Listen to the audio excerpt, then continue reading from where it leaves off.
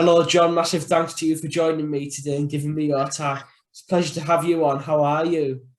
I'm very well. Thank you. I'm just getting all ready and prepared now to leave the house tomorrow. I'm up in Edinburgh this morning. This is where I live. Just out walking my little dog there, little Bella. Nice and relaxed, really. I'm just heading down to London tomorrow to join the ITV team for the next couple of weeks, or however long I'm required to be there, probably 2.5 weeks or so, covering lots of games, different teams, different countries. So very much really excited. I've done a lot of prep, obviously, because some of the games I've got are North Macedonia, v Austria, Yeah. North Macedonia, Ukraine. So obviously, naturally, like everybody else, not too familiar with these countries and players and things like that. So I've done all that. I've done my best on that. So looking forward to getting down there tomorrow now and enjoying the next 2 to 3 weeks. Obviously, it goes on for a month. Lots of good players to look at, lots of good teams. So I did the Portugal prep last night and did the squad and everything and watched their game against Israel and couldn't believe the amount of great players that are in the Portugal sort of squad. Unbelievable. Fernandes and Jota and Ronaldo, and the list goes on. I think when you look at Portugal now as well, they have got probably one of the best teams they've had in a long while. Yeah, they have, and obviously they've still got Ronaldo's, banged in a couple of goals last night in the first half, and I think that's 104 goals in 175 caps or something ridiculous like that. Yeah. It's just totally freakish. And I watched a documentary about him a couple of nights ago, just in the house, and his passion and desire to win and still be at the top. You can see why he's had this incredible career. Manchester United and then Real Madrid and Juventus, and the hat-tricks he's scored and Champions League goals and hat-tricks and success. And he's a phenomenon. He really, really is. Cristiano Ronaldo. He's a freak. Yeah. He's a freak of nature, and I say that in the nicest possible way. And he's 36 and he looks like 25, and he just looks like he could keep going on for years. Yeah, he does. He keeps himself in pristine, I think it is, condition. He eats right, he lives right, he trains at the right times, he gets his rest, and a little bit different to when I was playing. Yeah, but on the topic of the Euros, I'm glad you've come on today, because one of my talking points for later on is about Wales and how you think they'll get on. But first today, I'd like to go back to an early age for you. And I'd like to ask, how did your interest in football first come around? And how old were you when you decided that it was the thing you wanted to do? Well, I always had a ball in my hand. When my parents tell me when I was a child, like most players now will tell you, and for Christmas, it wasn't a bike or it wasn't a skate, but yes, I had them things as well. But it was always a football kit, and it was always a ball, and it was always plastic goals to put out the back garden to take shots in. And this started when I was 4, 5, 6 years of age. I was obsessed with football. My father played as well. My father played at a decent level. He was at Swansea City, but he never quite played for the first team. And then he played Welsh League level at a high standard, played for Merthyr Tydfil and Haverfordwest and these type of clubs. So obviously that's where I think initially I got the gene from, going and watching my dad and things like that, and being on the bus and traveling to games with my father, listening to the banter, listening to the players. They were all playing cards. They'd take a seat out of the back of the bus. They'd take a seat out and they'd put it across the way, the aisle of the bus, and they'd sit 4 or 5 of them around there, and they'd be playing cards, and I'd be sort of standing up, leaning over one of the chairs, just watching my dad do his thing and being one of the chaps. And that's where it all started, really. And then obviously my school didn't have a football team because Wales, naturally, rugby is the #1 sport. Yeah. Although over the years we've produced some unbelievable football players. So that was a little bit of a disappointment that the school obviously didn't have a football team. But I played rugby as well. But believe it or not, I was quite small in school. I was quite small. I was one of the smallest in the class. But my dad's a big man. My brother's a big man as well, James. So it was inevitable when I got older, I would take that spurt. Yeah. And then obviously have that height and everything else and that build, which I think helped me during my career, having that strength and build. It meant that, I went on to play for many clubs. And one of the reasons why I went and played for these clubs is because of my strength, because of my, my want to go and head the ball and be physical and these type of things. When I was playing back 10, 12, 15 years ago, physicality was a big part of the game. You could use your strength, you could use your physicality. Whereas nowadays, it's not seen as maybe one of the big points that players get on now, in terms of you don't see many big men now centre forward, like the Mark Vidukas and these type of players. Emil Heskey's, but saying that Emil was very, very mobile as well. He's a fantastic player. So other than Harry Kane maybe, and possibly one or two others, nowadays football, there's not too many big. Drogba was brilliant at it. Yeah. He was incredible leading the line, being that one striker up top. So Chris Sutton, for example, was again fantastic as a striker. So I'm going forward a bit now, sorry. But that's how it all started for me, just playing, kicking the ball around the council estate in Swansea with my friends. And, we'd put two tracksuit tops down when we could find a little bit of grass somewhere. We'd jump over the fence and of a local school, and then the caretaker would come out of the school and tell us to clear off, and I would wait for him to go inside, and then we'd be back over the fence, and we must have drove him absolutely mental, but we were just kids running around in Swansea and playing football, sort of not took us off the streets because we played on the streets, but that was our goal, and that's what we loved to do.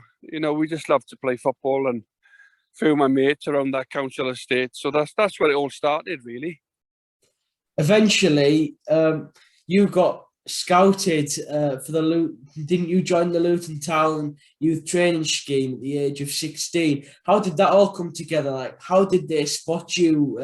You being a Welsh lad and being from Wales, and then being there was a Luton Town scout called Cyril Beach and Gilbert Beach. They were two gentlemen, played for Swansea. They were from Merthyr. Cyril was from Merthyr. Gilbert was living in Swansea. They were brothers. They both played for Swansea City. Oh, yeah. You probably... Oh, God. What's happened there? Probably used to be Swansea Town at the time, before it became Swansea City.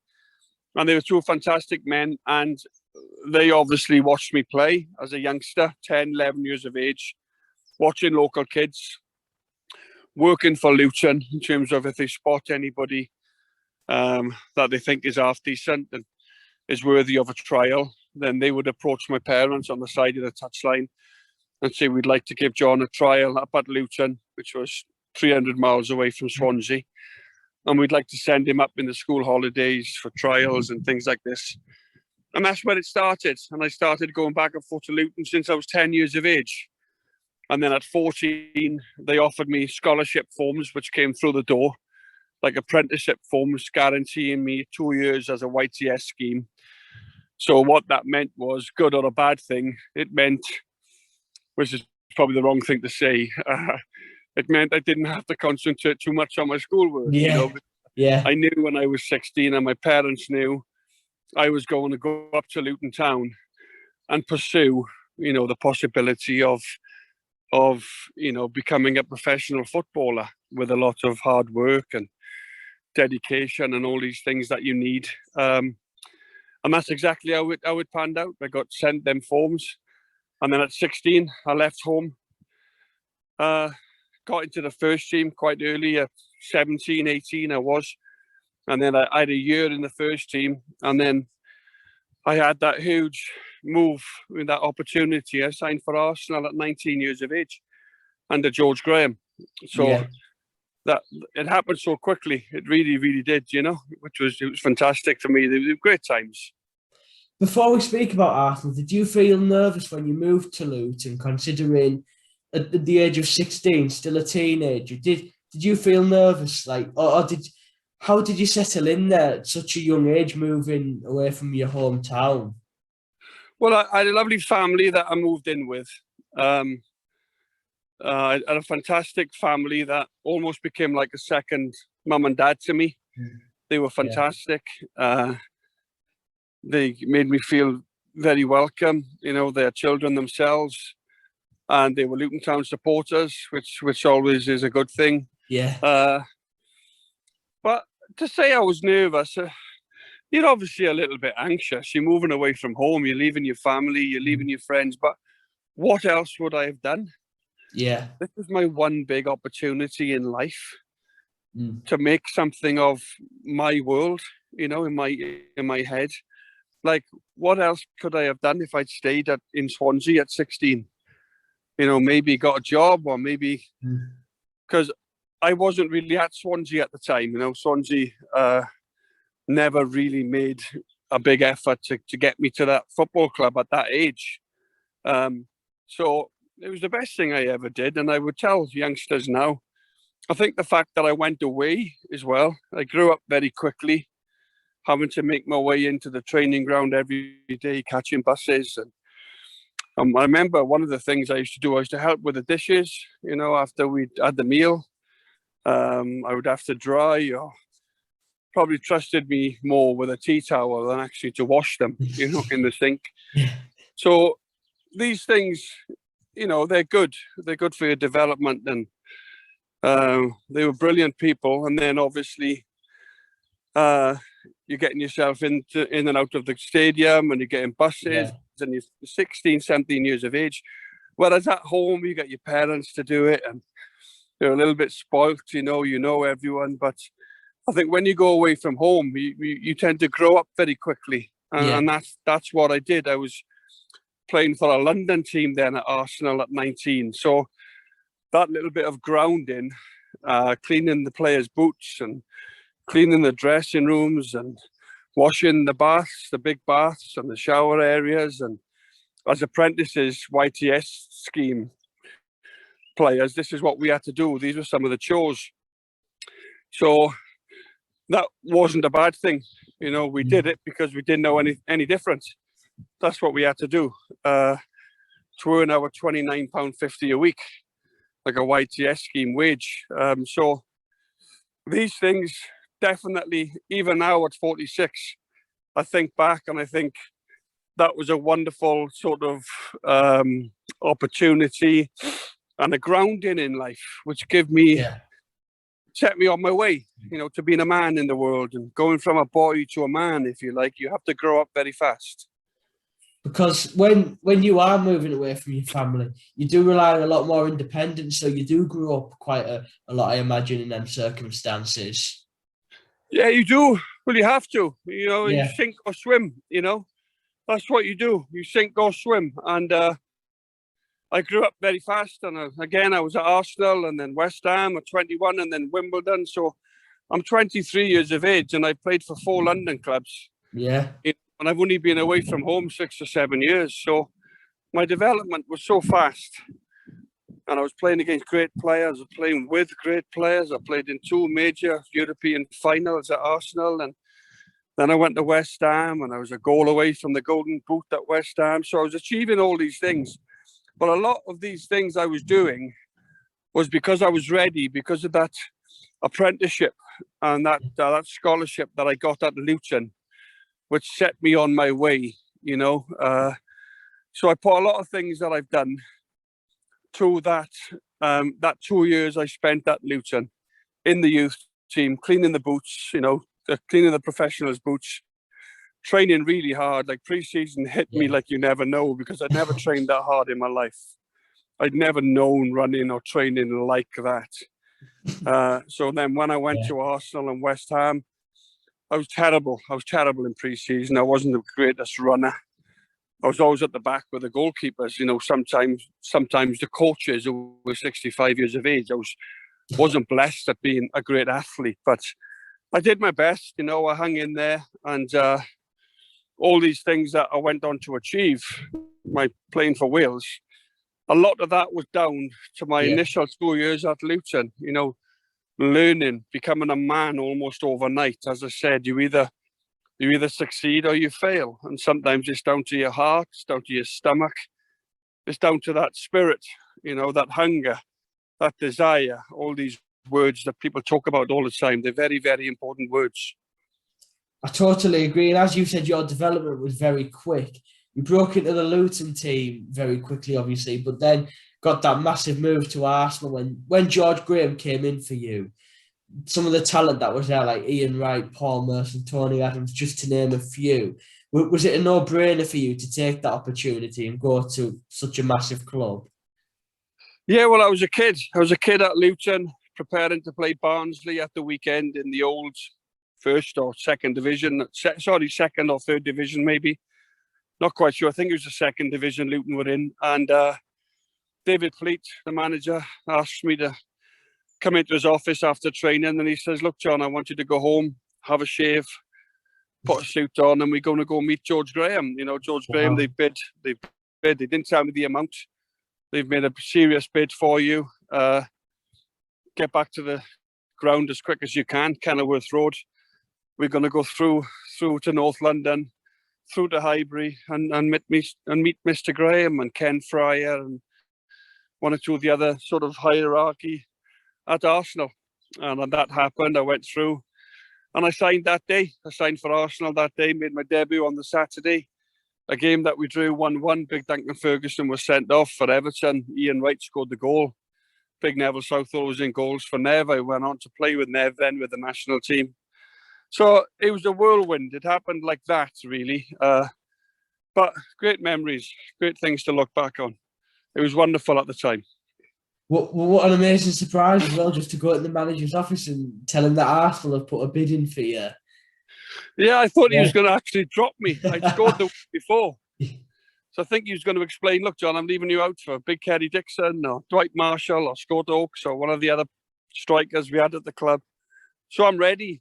I'm ready to, put my case to him that I don't think I should be dropped. I'm 19, I'm full of energy, I'm in the team, I've played a few games for Luton, I think I thought I was George Best for 10 minutes, So it was totally different, the scenario. It was to tell me that I was on my way to Arsenal at 19, which wow, yeah, I think I was the most expensive teenager in British football history.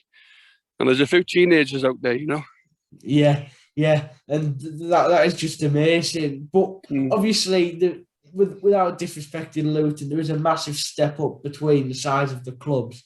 How did you find that when you went to Arsenal, playing at such a big club to where you'd come from? Well, I loved it. Obviously, that was progression again. I think in a career, that's the whole point of having it. It's like a golfer. If you're a serious golfer, your aim is to get your handicap down and eventually become a pro. It's the same with football. You start possibly like I did at a lower league club, and you want to progress and you want to go on and play for big clubs, and you want to play games. You want to then represent your country. Then if you're lucky enough to play in good teams, you can win trophies. So going to Arsenal was a natural progression for me. I was developing as a footballer. I was getting better and better. And training with those guys every day, them players you just mentioned there. Yeah. Patrick Vieira arrived at the club from AC Milan for 4 million. Dennis Bergkamp arrived the year after I got there. So, Dennis had come from Inter Milan. And then it was myself and Wright. He played quite a few times up top, and then Dennis played in behind. And But I quickly realised that Arsene Wenger wanted to pair them two. But he always said to me, "You're next man in." He wanted me to stay at Arsenal and learn off these two. But I had the persistent Harry Redknapp chasing my signature. And I left Arsenal in '97 after 2 years. I had another 3 years left on a contract. And they did the double in 1998. So what a good decision that was, wasn't it, from me? But anyway, I went to West Ham and I thoroughly enjoyed my time there. But no, what you're saying, Luton, Arsenal, and then, other clubs up to Celtic, we could go on. I'm very, very proud of what I achieved in my career. Made my family proud, and happened too quickly. I'm 46 now. Happened far too quickly. I always tell youngsters now when I go and do talks and a bit of coaching here and there with children in Edinburgh around the clubs, and I always say try and embrace every moment. Enjoy the cup finals, enjoy the goals, enjoy the dressing room, because it goes like that. It literally goes in a blink of an eye. So you have to try and enjoy every moment as you can. Not to say I didn't enjoy, of course I did, but it goes very, very quickly, your career. I mean, I can relate to something like that, because I left school the other week, and it literally feels like 5 minutes ago I was just starting. So it's I know what you mean. It's quite crazy how time flies, really. So yeah, it is. It is crazy. Yeah. And you talking about Arsenal, I've got to admit, I've always had a soft spot for Arsenal because my dad has been an Arsenal fan for years. So obviously, I'm always wanting them to do well. It's better. You also went on to play for other clubs such as West Ham, Wimbledon, Coventry. But one thing I want to ask you is Celtic. Obviously, it's very well known, the rivalry both them and Rangers share with each other. But how was the experience playing in one of the old firm derbies? It's very difficult to explain because it's just an incredible feeling. You're part of something really special, something really, really unique. Although they play each other now 3 or 4 times a year, sometimes more if they draw each other in the cups. Every game is totally different. Every game, there's the expectancy level rises. You have to win these games. Rangers have just had a terrific season, obviously last season, but very good. Prior to that, Celtic have been the dominant team, for the last 9 years, blowing everybody away. But now there's a lot of work to do now. Celtic have to respond, and they've just appointed a new manager as well. So, but going back to my experience in the games and playing for such a global, huge club as Celtic, stadiums packed every week, 60,000 fans. You go away in Europe, and I remember playing Blackburn one night in the UEFA Cup, and we beat Blackburn away from home 2-0, and there was 10,000 Celtic fans behind the goal, but there was also another 15,000 Celtic fans outside the ground that couldn't get in. They just travelled in their droves, get behind the team, and so listen, I've only got fond memories of Celtic Football Club. Martin O'Neill signed me there. Played with some wonderful players, played in a great team full of internationals, and it was unbelievable. Great experience. The best decision I ever made was move to Scotland at 26 from Coventry, working with Gordon Strachan. He said to me, "I think you should join Celtic." There was other clubs involved in wanting to take me at that time, but I went up to Glasgow and I spent 5 years in the city, embraced the people, the culture, and of course the football, and the old firm games and the European games and the club's great history. Met all the Lisbon Lions, Jimmy Johnson, Billy McNeil, John Clark, Tommy Gemmell, all these legends, Bertie Auld. They're a huge part of the club. The Lisbon Lions, won the European Cup, first British club to do so in 1967 under the great Jock Stein. So the history of the club. So for me to have played for such a great club, and I'm very honoured that I was able to put that Celtic shirt on over 225 times, whatever it was. But magical, absolutely magical. I cannot pay the club any more superlatives than I've already done. because both Scottish clubs, both Celtic and Rangers, are both renowned for having fantastic fans. So it must have been a brilliant experience getting to play at Celtic Park every week in front of them. It was, and I was playing with great players as well. Paul Lambert would roll the ball into me. Neil Lennon was terrific. I had Henrik Larsson and Chris Sutton alongside me. Alan Thompson, Jackie McNamara, Didier Gatmi, Albi, Big Rab Douglas, Stan Petrov, who was just incredible as a footballer. So I was blessed. I was blessed to have played in that team for 5 years. I really was, because I played at Luton, I played at Arsenal and West Ham. But then I get the chance to go to Celtic at 26, which was amazing for me to have had that opportunity to go and play at this club with these fans and these players. And I'm forever blessed with that opportunity and never take that for granted. And I've met so many friends in Scotland and Glasgow, and now I'm in Edinburgh. So my wife is Scottish, and some of my children were born in Scotland. So, I would say it's probably my second home now. Yeah, and you obviously had the experience of playing at a massive club in England, so I bet going to Scotland was amazing, because like you say, Edinburgh is a beautiful place. I've been there a couple of times and really enjoyed it, so it must have been amazing.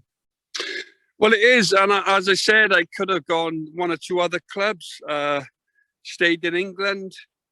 But it was Gordon Strachan that really was the key factor. He said to me, "Get yourself up to Glasgow, big man." He said, "You'll score lots and lots of goals. They'll love you up there." And of course, I had the unenviable. What's the word? I was going well. Is it enviable? Yeah, I think. Yeah. The enviable task of getting in the team. Yeah. Because Celtic had won the treble the year before I got there. And Chris and Henrik were two tremendous players. They linked up very well together. So, I had challenges as well. I had challenges that I had to overcome. And I was pleased that I was able to do that, get in the team and stay in the team, of course. One or two disappointments as well. I missed the UEFA Cup final. I played in 12 out of the 13 games of that cup run. I missed the final because I had a back injury. I look back and I look at bits of diversity and challenges that I had to come through to do in my life as well, with the cancer battle and with the gambling addiction. I'm 10 years clean now and I feel fit as a fiddle. But I still can't keep up with my dog. Where is she? There she is. So I'm just, no, it was brilliant. It was brilliant. The fact that I took that chance, I came to Glasgow and I had 5 years here, just outside the city. And it was one of the best decisions I ever made, because of those 110 goals, I'll take them to my grave for Celtic. Nobody can ever take them goals off me. You previously mentioned a few minutes ago about playing with some great teammates, and you'll obviously also have played with some really tough opponents. Can you give a name for, played against, sorry, can you give a name for each? Best teammate, toughest opponent? Best teammate. Well, there's a couple, Paul Merson was a great teammate at Arsenal. Tony Thorpe was excellent at Luton to me. West Ham, Johnny Moncur and Ian Bishop, Stevie Lomas, fabulous Rio Ferdinand, Frank Lampard. At Celtic, again, there's so many. There's so many. Jackie McNamara, I roomed with. He was my room sort of mate. Chris Sutton, Henrik Larsson were great strike partners, great lads. Neil Lennon was a good friend. So there's so many. With Wales, I played with Ryan Giggs, Craig Bellamy, God bless him, the late Gary Speed. There's just been so many to mention one or two. I'd be totally doing an injustice to so many players if I managed to pick a favourite, because I was generally one of the lads, if I had something to say in the dressing room. I wasn't too loud. I wasn't one of the ones that led the team talks and things like this. But if I had something to say, I would say it. But again, I played with some great captains. Tony Adams was brilliant at Arsenal. What a man amongst men. A fabulous captain. Everybody loved Tony. Everybody looked up to him. He was the leader of the pack. He was the leader. Martin Keown, I roomed with at Arsenal. Great lad, Martin. So as I said, great people, and I bump into them now and again, on the circuit and things, on the radio, and still keep in touch with one or two of them, which is good. And that's brilliant. But who also would you say was, as a striker, who was one defender that was the toughest to play against? There was a player called Roberto Ayala, played for Valencia. I think he's got 125 caps for Argentina. He was magnificent. We played Valencia in the Champions League, and they were under Rafa Benitez at the time. I think it was 2002, 2003 at the Mestalla. We lost 1-0. And I had a really difficult night that night against Ayala. So he's one of the ones on the continent, the foreign players, Argentinian. But you look at Reza Ruddock, he was hard as nails, Reza, and he was cynical. He'd hurt you, and the days of picking people up, he'd just walk past you, and he'd stamp on your ankle on the way past you and stuff like that. Very, very. In the days you could get away with it, yeah. Well, and things like that. And then obviously Tony Adams, Martin Keown, Gary Pallister was 6'4", quick, big, strong. Colin Hendry again at Blackburn when he was in his prime. Colin was a top centre half. So there was many, but I would probably go back to Roberto Ayala. He was rock. Yeah. Mm. And one thing you have mentioned, and obviously this was throughout all your career, you represented your country, Wales. How proud did that make you feel when you walk out to represent your nation? Well, the best times ever. For me, being a passionate Welshman, a fluent Welsh speaker, Swansea born and bred all my life, becoming a professional footballer, supporting Liverpool because of Ian Rush. One of the only reasons I supported Liverpool, he was a goal scorer.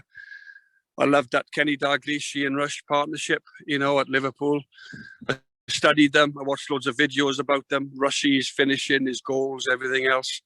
So playing for Wales was the ultimate goal. It was, and to play senior level over 50 times, it was stuff of dreams, really, to become, to be the best centre forward in your country for 10 years. Yeah. That was a big honour at the time and an absolute privilege.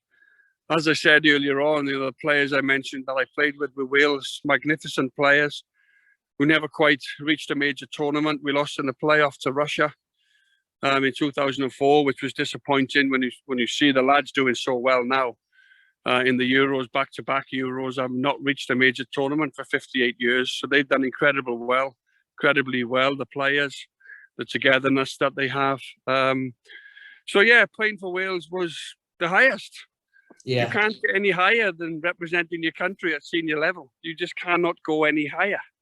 You can win individual honours, you can score goals at big stadiums and score hat-tricks or player of the year or this, that and the other.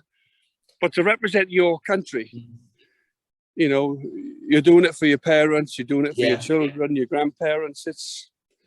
There is nothing like it, standing there with the anthem. And as I said, that's the goal. For any young footballer, have a good career, go as high as you can, play for big clubs, but representing your nation is the holy grail. You just cannot go higher than that, in my opinion. Because I agree with you there, because as a player, when you're playing for a certain club, people who your family and your friends might not support that club, but then when it's international level, they're all there and it's representing, like you say, your family, your friends, your kids. Yeah. It must just be an amazing feeling. And I know you can't really get any higher. You can't. And for someone like me, I'm passionate. I'm passionate about Wales. I love that red top you got on today. Shame you got Adidas and not a Welsh badge on there. But no, it's like I played for the under 13s, under 15s, under 21s. So it was all about getting to the senior team. I had Rush, Hughes and Saunders, all players that I played with. Sparky, I played with Mark and played under him, obviously, a great guy. Dean Saunders, Swansea boy, really good football player, good career. So yeah, lots of players might say Champions League. It's the biggest club competition in the world. Some players might just say, "Oh, I scored a hat trick at Old Trafford once." That was my pinnacle. But for me personally, representing Wales was something that I've always said. To have them caps, in my cabinet in the home, and to have them caps, and the golden cap you get for getting 50.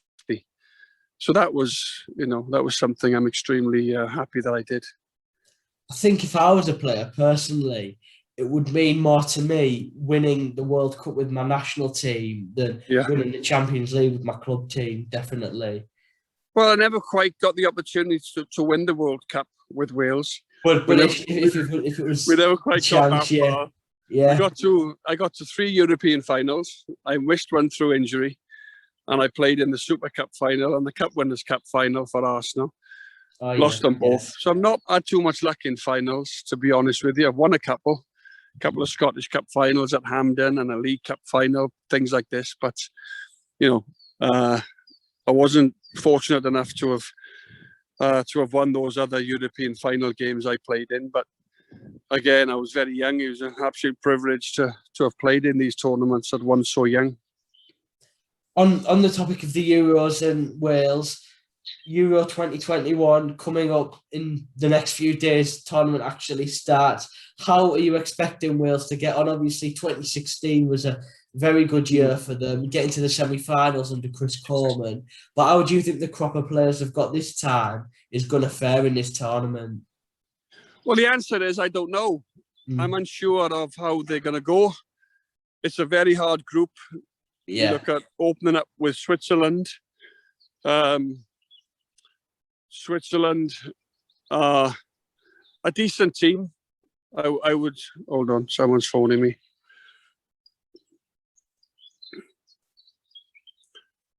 Switzerland are a decent team. Yeah, good team. Yeah. Yeah, Shaqiri, Xhaka, Arsenal. Severovic, centre forward, plays for Benfica. They got good players. Switzerland. Wales have got a lot of changes, a lot of young players coming in. Connor Roberts, the likes of Nico Williams, Joe Morrell, Dan James, and they've got some experience as well. Joe Allen is back, Aaron Ramsey is back, Gareth Bale, of course. We miss our rock, Ashley Williams, who was magnificent for us at the Euros in 2016 in France. So, I'm hoping that they'll do well. I'm hoping they'll do very well in that first game. Hopefully get off to a good start. And then Turkey are much improved as a nation. Beat Holland a couple of months ago. Another mad, crazy football nation, Turkey. Yeah. They absolutely love their football over there. So that's another tough game. And then we finish with Italy in Rome. That's our third game. It's like a home game, obviously, for Roberto Mancini's Italy. So it's a tough group. It really is. I'm very optimistic. Obviously, I'm always positive and optimistic that Wales will qualify. Yeah, I think they might qualify out of the group. But that first game, if they can win that, probably then only need a draw. Yeah. To guarantee second spot. I think 4 points usually does the job, doesn't it? It does the job to finish second, if you like. Yeah. Some teams go through a third as well, don't they? It's whoever's got the most points, I think, out of. That's right. That's right. So, like everything else, Wales will have as much chance as, let's say, a Ukraine, a Scotland, these type of teams, and Austria. And also, we've got the experience of getting into a major semi-final in 2016, where we won our first game against Slovakia, then we lost to England, and then we thumped Russia 3-0, finished with 6 points, and we topped the group. Then all of a sudden, within the last 16, we played Northern Ireland, not the strongest of nations, but Northern Ireland actually played very well on the day. We managed to beat Northern Ireland 1-0. All of a sudden, we're in the quarterfinal. We faced the world's second best team, Belgium. We played brilliantly against Belgium. We win 3-1. Lukaku, De Bruyne, Hazard, Fellaini. Yeah, some super. Yes. The players that they had that night playing for them. But we had Gareth Bale, and we had Sam Vokes, and we had Hal Robson-Kanu, and we had Ashley Williams, and we had good players. So we beat them, and all of a sudden then we find ourselves in the semi-final against Cristiano Ronaldo's Portugal. No Aaron Ramsey, no Ben Davies. Both out of the team through injury. So that was a blow to us. So we couldn't quite go into that team as strong as we were throughout the tournament, because of 2 yellow card rules and miss the next game. And so you need that little bit of luck going into a major tournament as well. You need to avoid injuries, and you need a clean bill of health amongst the group. There's two yellows, two yellow cards. You miss the next game rule. That can be difficult as well. So that momentum, that ascendancy, these words, they're vital in the big competitions, Yeah, and I'm just hoping we see a good football tournament this summer after the year we've all had as well. I think for some fans coming back into the stadiums, I think everyone's just looking forward to it.